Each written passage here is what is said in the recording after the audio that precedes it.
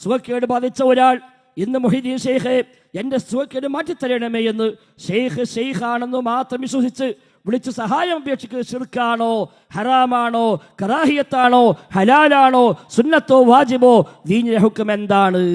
ഇതാ ചോദ്യം.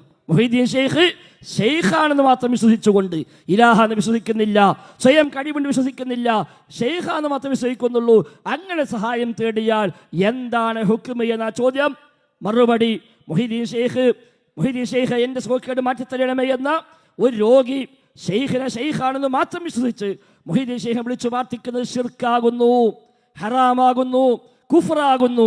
എന്തുകൊണ്ടെന്നാൽ രോഗശമനത്തിൽ അള്ളാഹു നിശ്ചയിച്ചു തന്ന ചികിത്സാ മാർഗേണ അല്ലാതെ രോഗം സുഖപ്പെടുത്തുക എന്നത് അള്ളാഹുവിൻ്റെ പ്രത്യേക പ്രവൃത്തി മാത്രമാകുന്നു, മനുഷ്യന്റെ കഴിവിൽ പെട്ടതല്ല. രോഗം സുഖപ്പെടുത്തുക എന്നത് അള്ളാഹുവിൻ്റെ മാത്രം കഴിവാണ്, അത് മനുഷ്യന്റെ കഴിവല്ല. അതുകൊണ്ട് ആ കഴിവിനപ്പുറമുള്ളത് അല്ല നിശ്ചയിച്ച രോഗശമനത്തെ അല്ല നിശ്ചയിച്ച ചികിത്സാ മാർഗേണ അല്ലാത്ത വഴിയിൽ ആയതുകൊണ്ട് തന്നെ അത് ശിർക്കാണ് എന്നാണ്. ശേഷം അടുത്ത പേജിൽ വീണ്ടും കാണാം. ഈ മറുപടി പറഞ്ഞ ശേഷം അദ്ദേഹം പറയുന്നു, സൃഷ്ടികളുടെ കഴിവിൽ പെടാത്ത സംഗതികൾ സൃഷ്ടികളോട് അപേക്ഷിക്കുന്നത് ആ സൃഷ്ടിയിൽ സൃഷ്ടാവിൻ്റെ ഗുണം സിഫത്ത് ഉണ്ടെന്ന് സങ്കല്പിക്കുകയാകുന്നു. സൃഷ്ടികളുടെ കഴിവിൽ പെടാത്ത സംഗതികൾ സൃഷ്ടികളോട് അപേക്ഷിക്കുന്നത് ആ സൃഷ്ടിയിൽ സൃഷ്ടാവിൻ്റെ ഗുണമുണ്ടെന്ന് സങ്കല്പിക്കുകയാകുന്നു. മനുഷ്യ കഴിവും പറഞ്ഞു, സൃഷ്ടി കഴിവും പറഞ്ഞു. ചില മനുഷ്യന്മാരെ കണ്ടെത്തിയില്ല. ഇപ്പൊ ചില മുജാഹിദീങ്ങൾ മനുഷ്യ കഴിവൊക്കെ മാറ്റി സൃഷ്ടി കഴിവ് എന്നാക്കിയിട്ടുണ്ട്, ജിന്നിനെ ഉള്ളിൽ കൊണ്ടുവരാൻ വേണ്ടി എന്നാണ്. 1950 KJUവിൻ്റെ ഒന്നാമത്തെ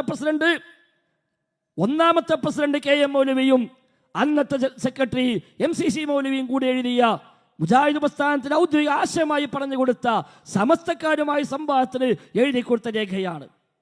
ആ രേഖയിലാണ് പറഞ്ഞത്, സൃഷ്ടികളുടെ കഴിവിൽ പെടാത്ത സംഗതികൾ സൃഷ്ടികളോട് അപേക്ഷിക്കുന്നത് ആ സൃഷ്ടിയിൽ സൃഷ്ടാവിൻ്റെ ഗുണം അഥവാ സിഫത്ത് ഉണ്ട് എന്ന് സങ്കല്പിക്കുകയാകുന്നു. എന്ന് വെച്ചാൽ അള്ളാഹുവിൻ്റെ അധികാരത്തിലും പ്രവർത്തികളിലും സൃഷ്ടികളെ പങ്കു ചേർക്കുകയാകുന്നു അവൻ ചെയ്യുന്നത്. ഇത് ശിർക്കും കുഫ്റും തന്നെയാകുന്നു.